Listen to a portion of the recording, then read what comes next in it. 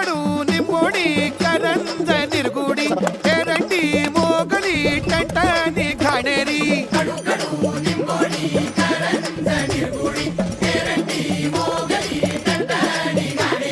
लाल लाल कण्हेरी पपई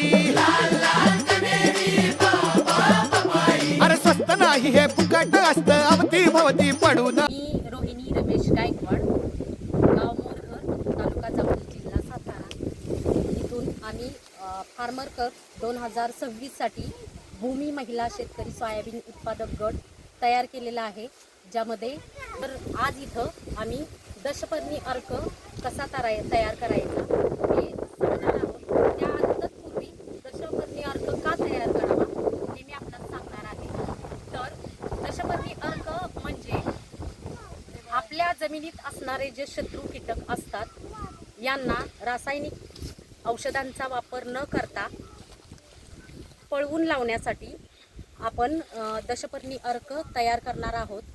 यातून जे 100%पैकी 98% मित्र कीटक असतात व 2% शत्रू कीटक असतात. तर या 2% शत्रू कीटकांसाठी आपण रासायनिक औषधांची फवारणी करतो आणि आपल्या शेतातील 98% मित्र कीटक आपण त्यातून मारून टाकतो.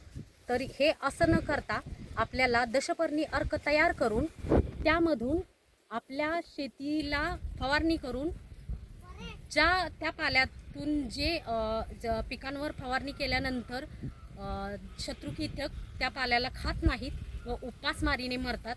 अशा प्रकारे आपण विषमुक्त शेती करू शकतो आणि दशपर्णी अर्काचा हा आपल्याला फायदा होणार आहे. तर आम्ही तुम्हाला यात दशपर्णी अर्क कशा प्रकारे तयार करतोय हे दाखवित आहोत.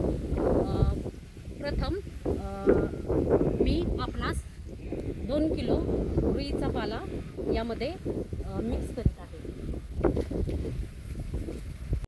नमस्कार, माझं नाव रेश्मा संतोष पांडे. मी मोरघरची कृती सखी आहे. 2 किलो निरगुडीचा पाला टाकत आहे.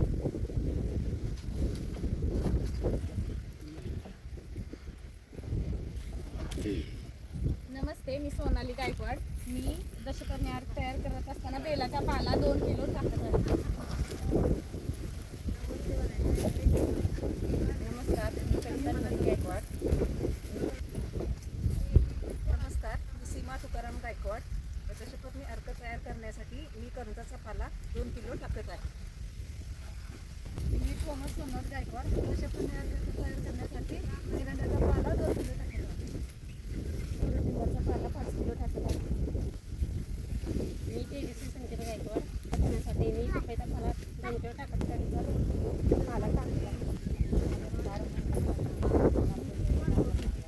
देशी गाईचे 10 किलो शेण टाकत आहे. अर्क तयार करण्यासाठी देशी गाईचे 5 लिटर गोमूत्र टाकत आहे. तयार करण्यासाठी लसूण, मिरची आणि आल्याचा ठेचा टाकत आहे. पंप घे पाणी घे